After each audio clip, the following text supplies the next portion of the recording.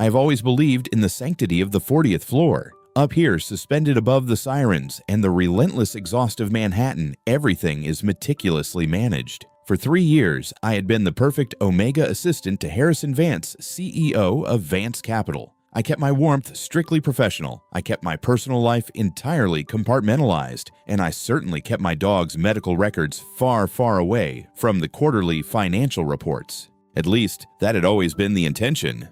It had been a catastrophic 48 hours. Buster, my 2-year-old corgi, had abruptly stopped eating and started making terrible, lethargic whimpering sounds that eventually cost me $300 an hour to investigate at a Brooklyn 24-hour emergency vet. At 4 in the morning on a Tuesday, Dr. Evans had handed me a glossy black and white ultrasound printout. "There is a mass," she had said, gently pointing to a dark, ominous blob on the scan. "It looks like a foreign object. We will need to keep him under observation today to see if it passes." A rubber duck. That was the mass. He had swallowed a squeaky rubber duck, but standing in the pale fluorescent light of the clinic operating on zero sleep and a heart full of panic, I was simply too exhausted to process the absurdity of it. I numbly tucked the square printout into my leather notepad, kissed Buster's forehead, and rushed straight to the subway. I had a 9 o'clock board meeting to prepare for, and Harrison Vance did not tolerate delays. I arrived at my desk at 6:30. The building was completely silent, the early morning light slanting through the floor-to-ceiling windows in a pale, apologetic gold. My stomach was tied in agonizing knots from anxiety and sheer exhaustion, so I was surviving purely on plain saltine crackers and small sips of water. Every time I thought of Buster lying in that metal cage, I felt a wave of nausea wash over me. With trembling hands, I arranged the Q3 merger files on Harrison's desk. I was so focused on making sure the margins were perfectly aligned that I didn't notice the small, glossy square of paper slipping from my notepad, nesting itself flawlessly between pages 4 and 5 of the revenue projections. Harrison arrived precisely at 7. He was exactly as he always was, an alpha who wore his authority like a tailored suit of armor, imposing flawless and entirely impenetrable. He smelled faintly of expensive cedar and the sharp chill of the autumn wind. He gave me his usual brisk nod, stepping into his corner office and pulling the glass door shut behind him.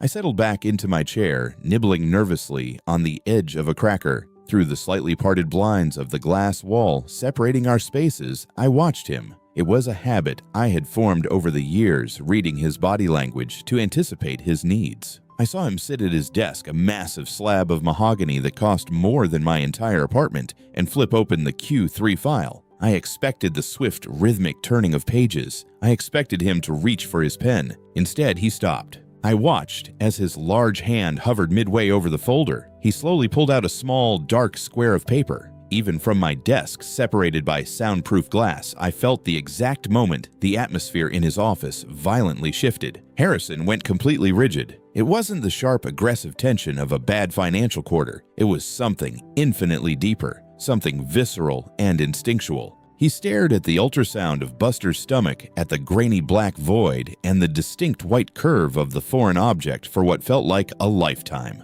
I frowned, leaning closer to the glass, trying to figure out what he was holding. If someone had told me right then that the most ruthless executive in New York was currently staring at a veterinary scan and concluding that his Omega assistant was secretly tragically pregnant, I would have laughed until I cried. But I didn't know. I only saw an alpha whose emotional range I had previously categorized as corporate ice, and absolute zero suddenly looked profoundly unmoored. The rigid line of his shoulders dropped. He reached up, pressing 2 fingers against his mouth, a gesture of such raw, unguarded emotion that I felt a sudden spike of guilt for witnessing it. He stayed like that for several minutes. Then, moving with excruciating care, he opened his bottom drawer, the one with the biometric lock, where he kept his most confidential acquisition blueprints. Reverently, almost tenderly, he placed the piece of paper inside and locked it. When he finally looked up, his gaze cut straight through the blinds, pinning me to my chair. I froze a half-eaten saltine cracker still in my hand.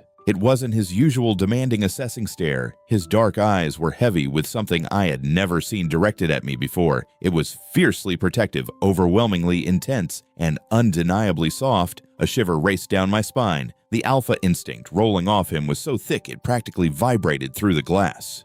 My mind raced in a frantic circle. He knows I thought my heart hammering against my ribs. He knows I am distracted. He knows I need to leave right at 5 today to pick Buster up.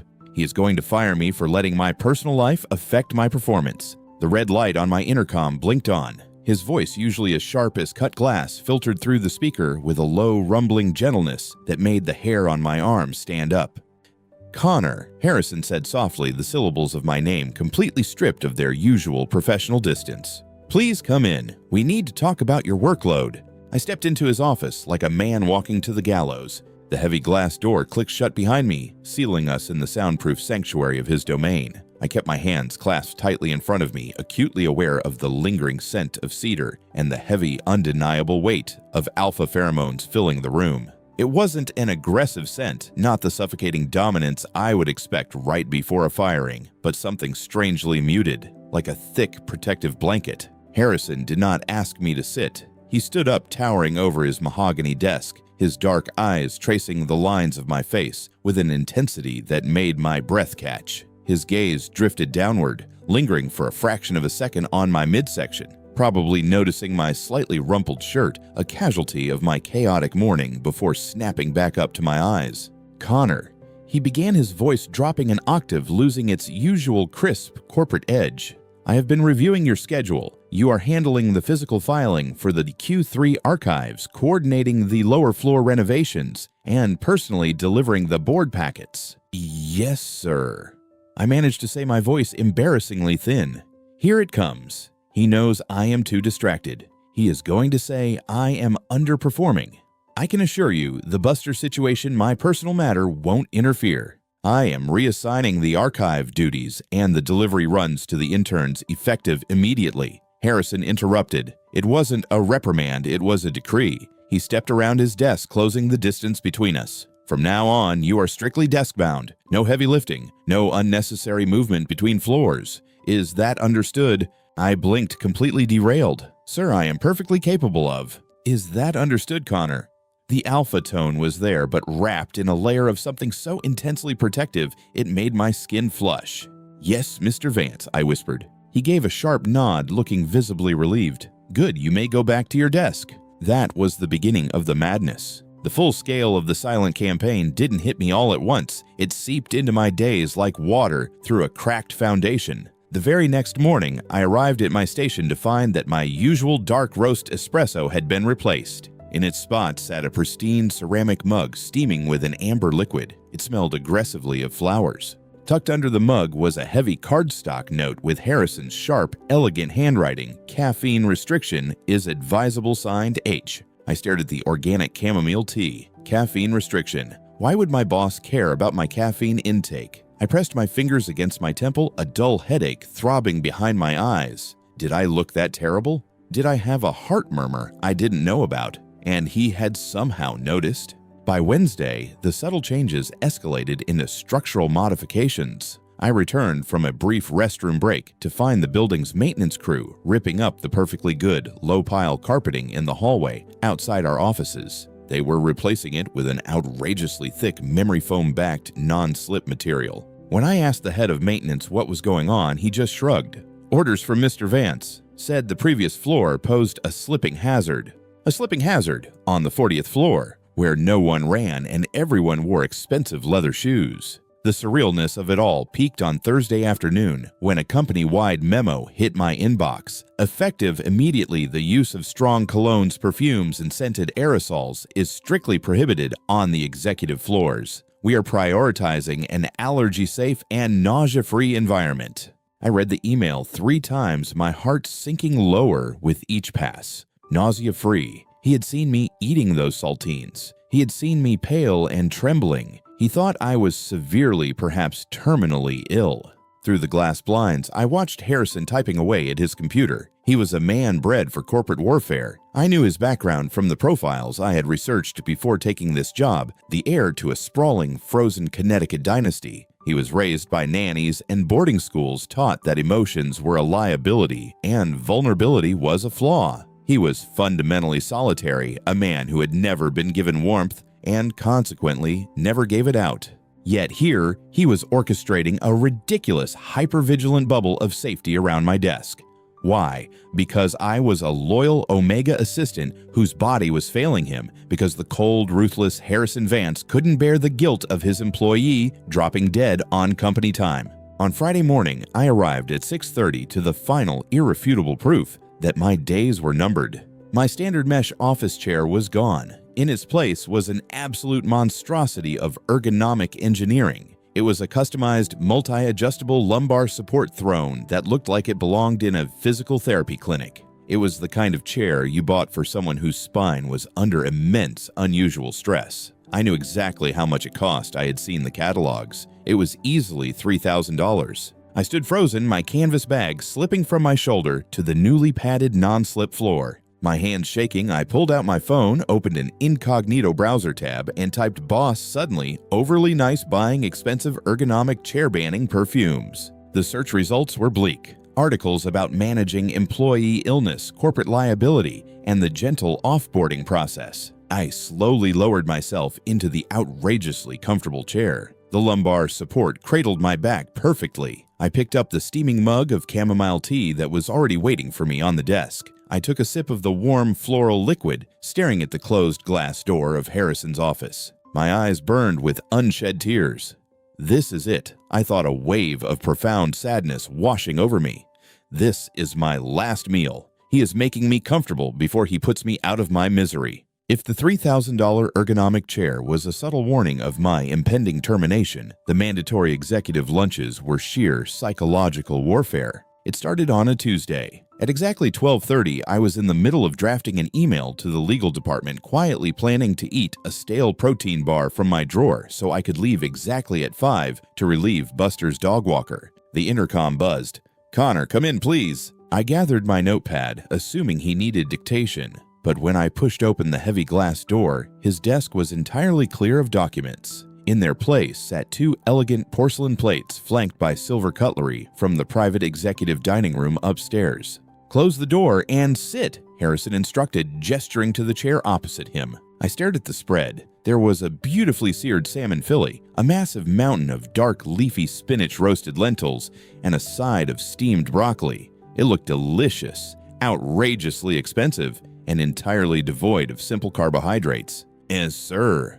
I asked, my grip tightening on my notepad. "Did one of your lunch appointments cancel? I can have the kitchen wrap this up for you." "No one canceled. Sit down, Connor. You are eating with me." I froze. In 3 years, I had never eaten a meal with Harrison Vance. He took his lunches with managing directors, hedge fund managers, and venture capitalists. He did not eat with his Omega assistant. "I don't want to intrude on your break," I managed to say, my voice wavering, "and I have the Q3 files to finish." "The files can wait." Harrison's voice was remarkably gentle, yet it carried the immovable weight of an absolute command. He met my eyes, his dark gaze pinning me in place. "You look pale. You are living on saltine crackers. It stops today. Sit." I sat.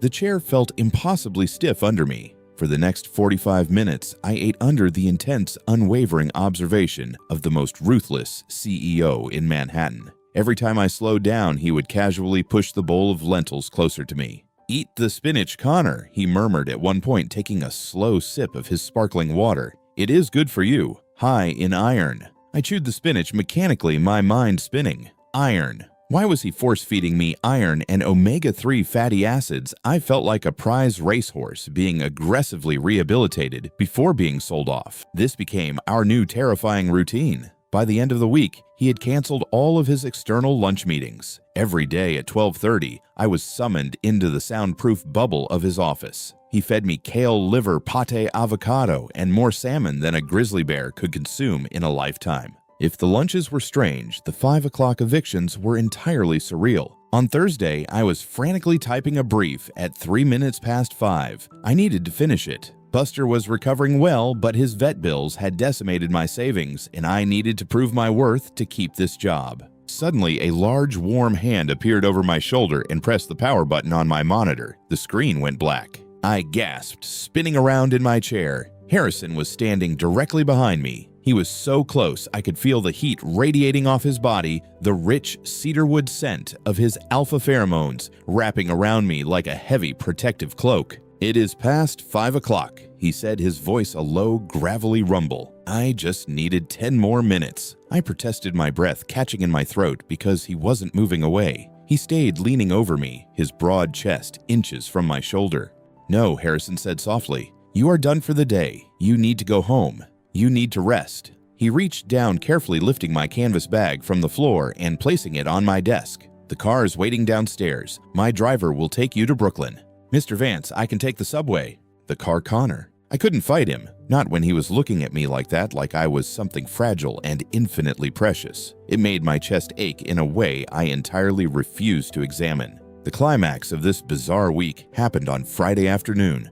I had been summoned to his office to retrieve some signed documents. I was carrying a stack of thick legal folders, moving quickly because I knew he had a conference call in 2 minutes. As I turned to leave his office, the toe of my expensive leather shoe caught the edge of the thick, non-slip mat he had recently forced maintenance to install beneath my desk. It was a minor trip, a slight stumble. I pitched forward, expecting to awkwardly catch myself on the doorframe. I never made it that far. A blur of motion caught my peripheral vision. Before I could even register the fall, large, powerful hands gripped my waist. The physical impact of it knocked the breath from my lungs. Harrison had vaulted around his mahogany desk with a speed that was downright terrifying, pure alpha instinct overriding logic and physics.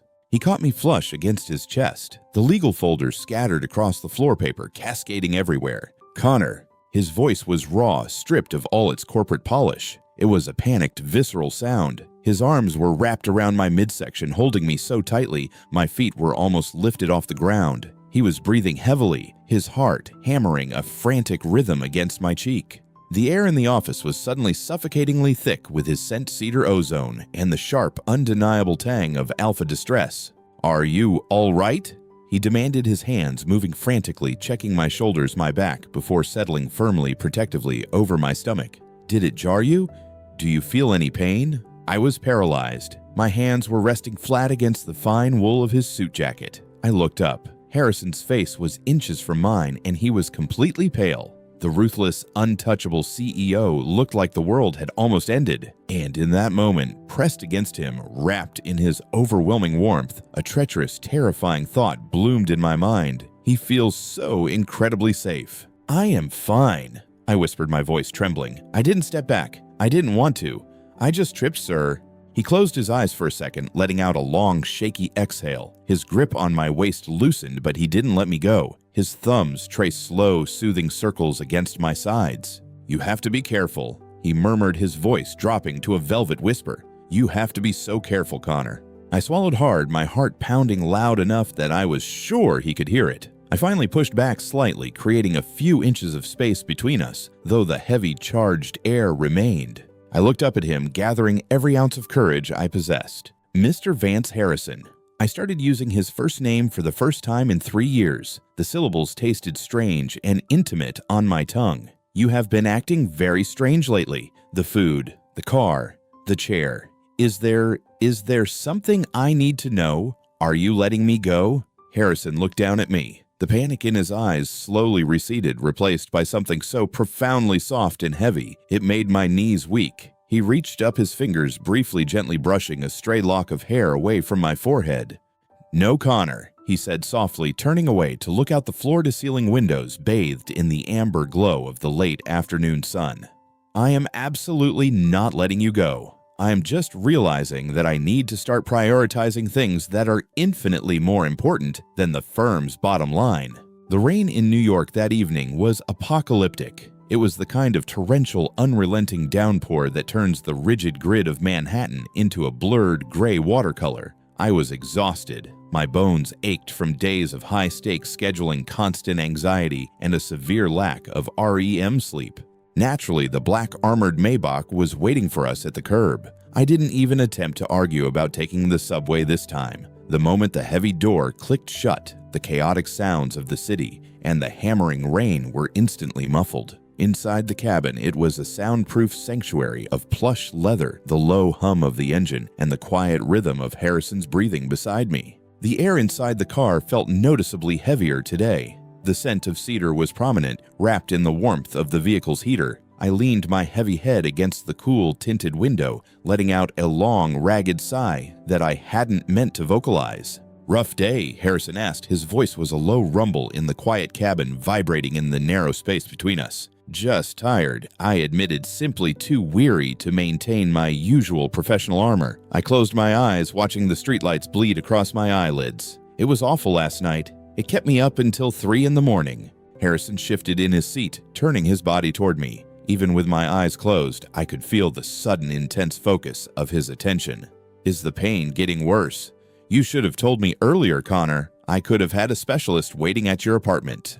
I waved a dismissive hand, keeping my head against the glass. No doctor can fix this phase. It is just so restless right now, scratching at the bedroom door, whining constantly, throwing up on the rug whenever I try to feed it. I just have to wait for the medication to fully kick in and for it to finally settle down. The silence that followed my complaint was suffocatingly thick. I didn't open my eyes, so I didn't notice Harrison's large hands gripping his own knees so tightly that his knuckles had turned stark white. He thought I was describing the absolute misery of severe pregnancy nausea, the sleepless nights of carrying a child, and the agonizing reality of doing it entirely alone.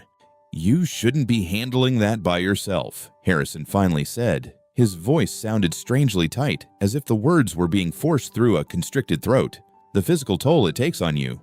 Before I could clarify that Buster was actually recovering quite well and was just acting like a spoiled brat, my phone vibrated aggressively on the center console. The screen lit up glaringly bright in the dim interior of the Maybach. It was a message notification displayed perfectly on the lock screen. "Michael, come on, Con, you cannot ignore me forever. Let me come over tonight. We need to talk." Michael, my incredibly toxic, fundamentally useless ex-boyfriend who had dumped me 3 months ago because I worked too much and was too boring, only to start crawling back this week when he likely realized he couldn't afford his Brooklyn rent without my half of the check.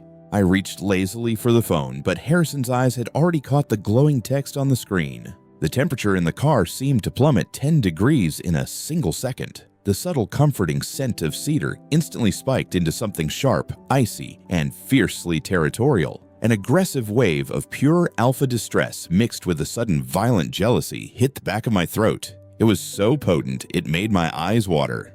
Harrison's jaw was clenched so tightly, a muscle ticked visibly beneath his skin. "Is that him?" he asked. His voice was deadly quiet. It was a dangerous, jagged whisper that belonged in a corporate boardroom right before he decimated a rival company. "It is just Michael." I sighed quickly, hitting the power button to kill the screen and toss the phone into my bag. "He is just persistent lately. It is nothing, Mr. Vance."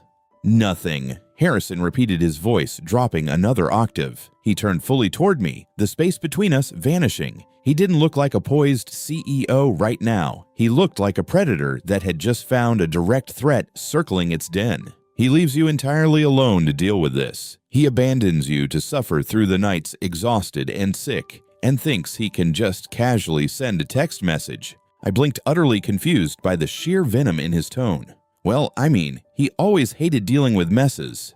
He is not really the nurturing type. He would just complain about the noise." "Connor." He reached across the leather console. His large, remarkably warm hand completely enveloped mine. The sudden physical contact sent a jolt of electricity straight up my arm, grounding me to the spot. His grip was firm, desperate, and overwhelmingly protective. His thumb pressed against my pulse point, feeling the rapid nervous flutter of my heartbeat. "You do not have to do this alone," Harrison said softly, yet the command in his tone was absolute. His dark eyes locked onto mine with a burning certainty that made my breath catch in my throat. "Block his number. Do not let that pathetic excuse for a man back into your life. He doesn't deserve you, and he certainly doesn't deserve this." He looked down at my stomach for a brief, fleeting second before his intense gaze snapped back up to meet mine. "I will take responsibility." Harrison vowed, his voice a gravelly sacred oath under the drumming of the rain. "Whatever you need, I will make sure you are safe, and I will help you raise it. You have my word." The rain hammered relentlessly against the thick glass of the car, but the sound felt a million miles away. I stared at the most powerful, intimidating man in New York City. His thumb was gently rhythmically tracing the back of my hand. His eyes were filled with a terrifyingly beautiful, profound sincerity. My sleep-deprived brain completely short-circuited. I tried to process the words, stringing them together through the heavy haze of my exhaustion and the overwhelming protective power of his alpha scent. Raise it. I swallowed hard, my mouth completely dry. I looked at his earnest, strikingly handsome face, and a hysterical realization slowly dawned on me. Did the ruthless billionaire CEO of Vance Capital just furiously command me to block my ex-boyfriend so he could co-parent my squeaky toy-eating corgi? The weekend following that chaotic, rain-soaked car ride was a blur of profound psychological confusion.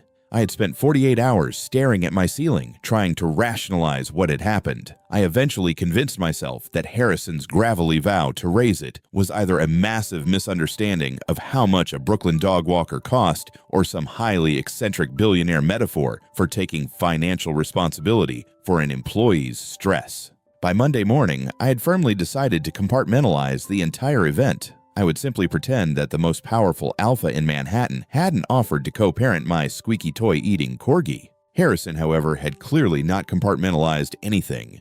The atmosphere on the 40th floor shifted from hypervigilant safety to something that felt remarkably like nesting. His alpha pheromones, usually a sharp, imposing cedar scent that commanded the boardroom, had mellowed into a thick, warm, almost suffocating blanket of pure protection.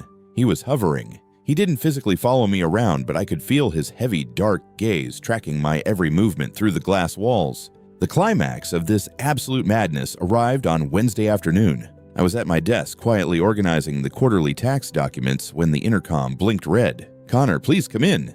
When I entered his office, Harrison was standing by the floor-to-ceiling windows. He looked completely uncharacteristically nervous. The usually immovable CEO was adjusting the cuffs of his pristine white shirt, his broad shoulders unusually tense. He turned to face me. "Please sit down." I didn't sit. I clutched my tablet to my chest, my anxiety spiking. "Is everything all right, Mr. Vance? Did I misfile the Harrington contracts?" "No, the contracts are fine," he said, his voice dropping to that low, velvety rumble that always made my pulse skip a treacherous beat. He stepped forward, closing the distance between us, and picked up something small from his desk. He held out his large hand. Resting in the center of his palm was a heavy, gleaming brass key. "I know the physical toll the past few weeks have taken on you." Harrison began, his dark eyes locked onto mine with an intensity that practically paralyzed me. "I see how exhausted you are in the afternoons. The commute, the stress, the physical changes. It is unacceptable for you to not have a proper place to rest during the day." I stared at the key, entirely bewildered. A place to rest? "I had maintenance clear out the old archives in room 40B over the weekend," he explained, his tone shifting into something fiercely proud, like a dragon presenting a hoard of gold. "I had it completely renovated. It is completely soundproofed, climate-controlled, and thoroughly sanitized. It is yours, Connor. A private sanctuary, whenever you need it." I tentatively reached out and took the key. His warm fingers brushed against mine, sending a jolt of electricity up my arm. He looked at me with such profound, unguarded affection that my breath hitched. "Go look at it," he urged softly, a rare, genuine smile tugging at the corner of his handsome mouth. "Take the rest of the afternoon off. Rest." I walked out of his office in a total daze. A private lounge for me.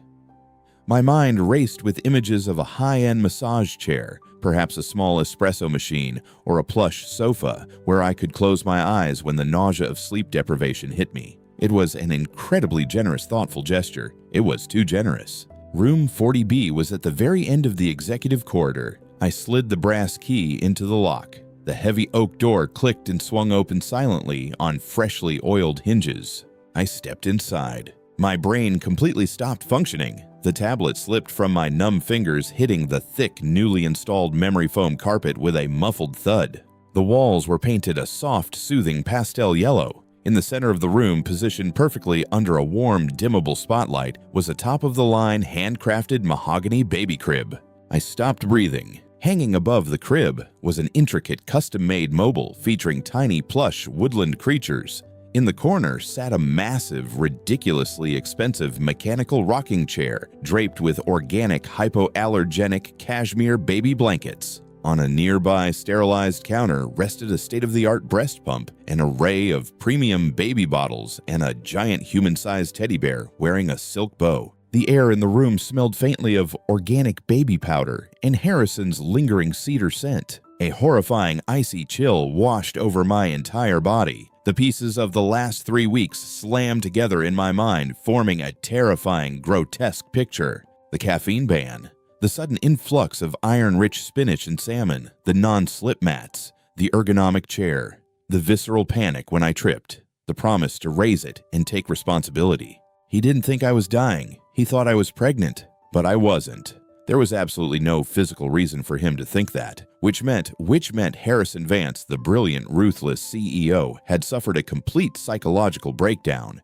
He had developed some sort of unhinged phantom pregnancy delusion. Or worse, he had a deeply twisted manipulative fetish and was trying to force me into some terrifying corporate roleplay. My heart hammered violently against my ribs. The soft pastel room suddenly felt like a luxurious, terrifying cage. He wasn't a protective alpha. He was a sociopath who had entirely lost his grip on reality. I stumbled backward out of the room, my hands shaking so badly I could barely grab the door handle. I slammed the door shut, the sound echoing loudly down the empty hallway. The fear instantly mutated into an overwhelming defensive anger. I didn't care that he was my boss. I didn't care that he was a billionaire. I was an Omega, but I was not a doll to be placed in a mahogany crib for a madman's delusions. I marched back down the corridor, my expensive leather shoes practically stomping against the carpet. I ignored my own desk, bypassed the intercom entirely, and shoved open his heavy glass office door. Harrison was waiting. He was leaning against his desk, looking up with that soft, expectant, intensely vulnerable expression, clearly waiting for me to dissolve into happy tears and fall into his arms.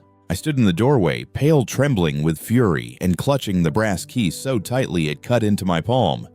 Mr. Vance, I said, my voice shaking with a terrifying mix of raw panic and absolute rage. I am going to say this very clearly. We need to talk, and then you need to see a psychiatrist. Right now. The silence in the office was so dense it felt like a physical weight pressing against my eardrums. Harrison was standing on the other side of his mahogany desk, his face a mask of controlled, albeit frantic intensity. He looked like a man who had been pushed to the absolute edge of his tether. Enough, Connor. He barked, the sound cracking through the air like a whip. He reached into his bottom drawer, the one I had watched him lock so many times, and pulled out that small, glossy square of paper. He slammed it down onto the desk between us, his fingers trembling just a fraction. Stop this. Stop lying to yourself. Stop lying to me. I know I have proof.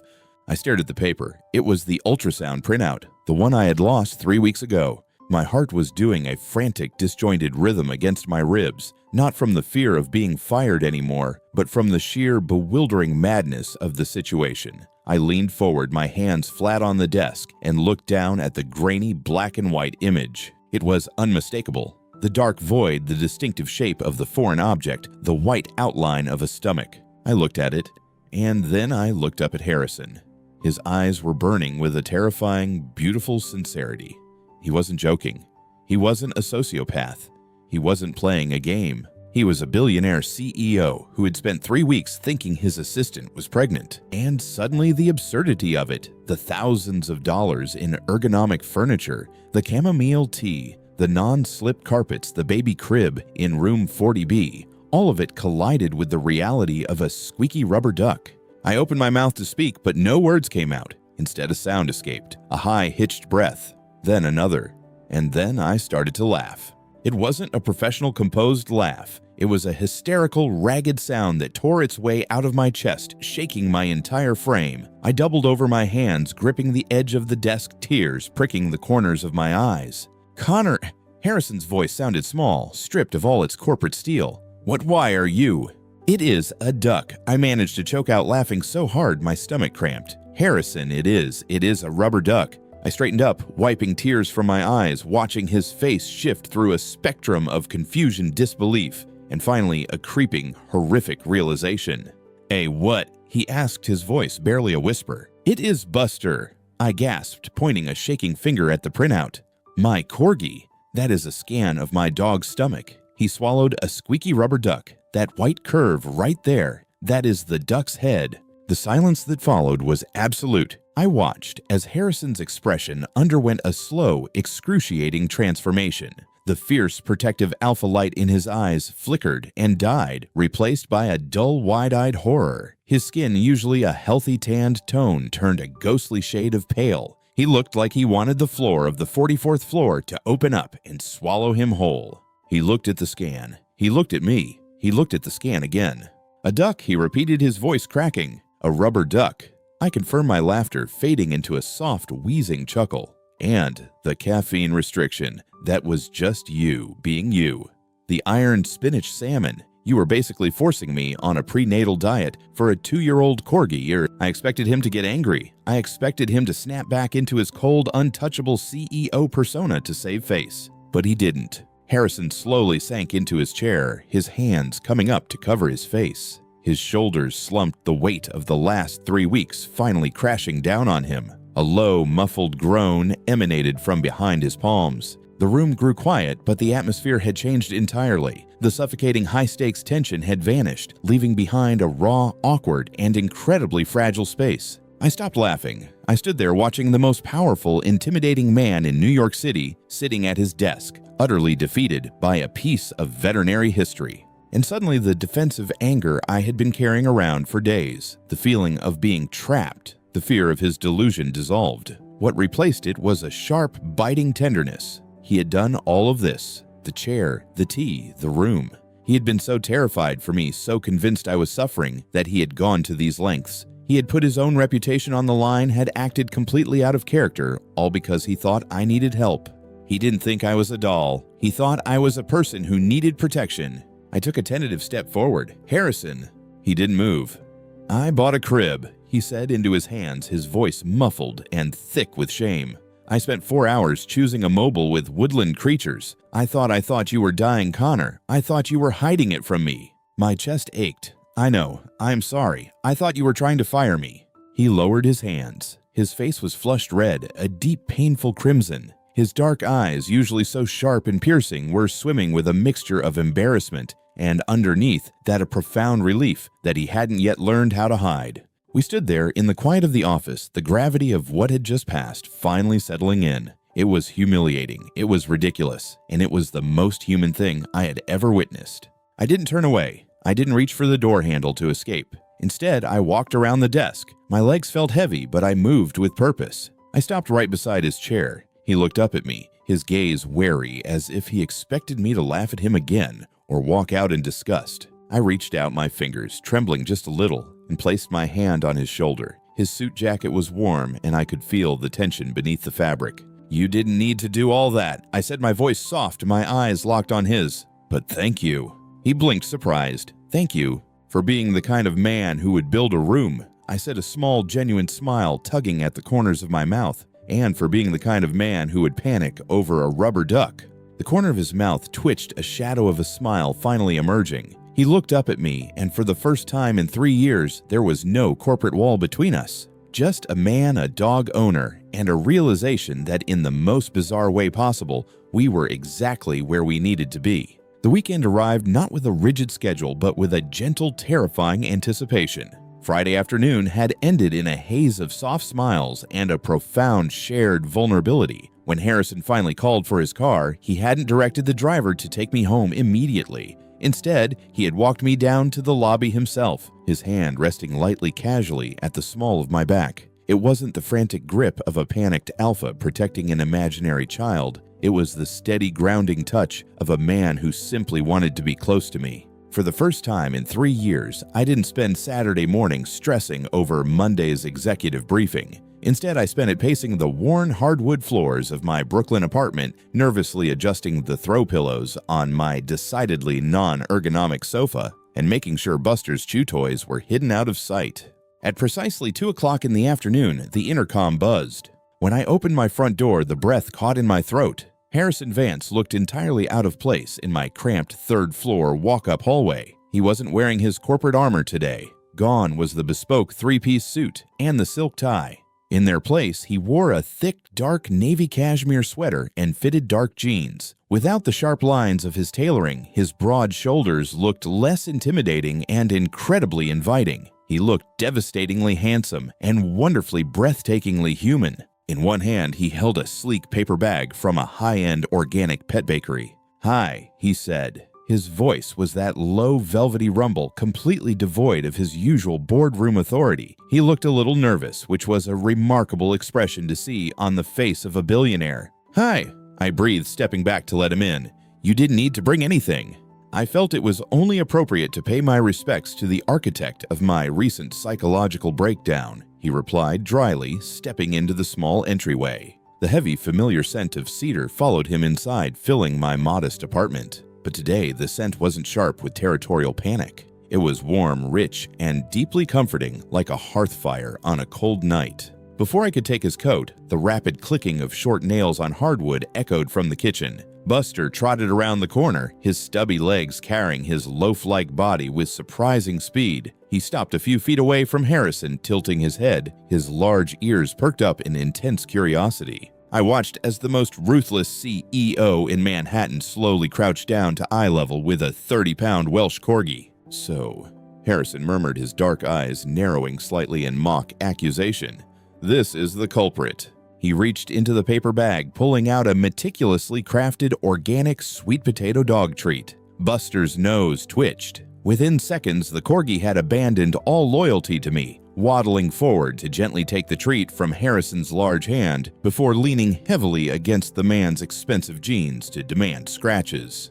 Harrison obliged, his large hand stroking the dog's golden fur. I stood leaning against the wall, my arms crossed over my chest watching them. The sight of this massive, powerful alpha sitting on my slightly scuffed floor, petting a dog that had caused tens of thousands of dollars in corporate renovations, was so utterly surreal that a soft laugh escaped my lips. Harrison looked up at the sound. The afternoon sunlight was filtering through my living room window, catching the golden flecks in his dark eyes. The playful expression faded from his face, replaced by that heavy, profound sincerity that made my pulse race. He stood up slowly, giving Buster one last pat before closing the distance between us. The apartment suddenly felt very small, but I didn't want to step back.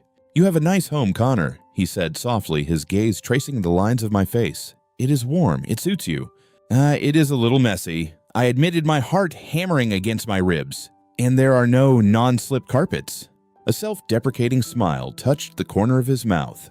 "I think I can survive the hazard." He paused, the atmosphere shifting, thickening with the unsaid words that had been hovering between us since the incident in his office. He looked down at his hands for a fraction of a second before meeting my eyes again. "I did a lot of thinking last night," Harrison began, his voice dropping an octave. "About the chair, the lunches, the room." He took a slow breath.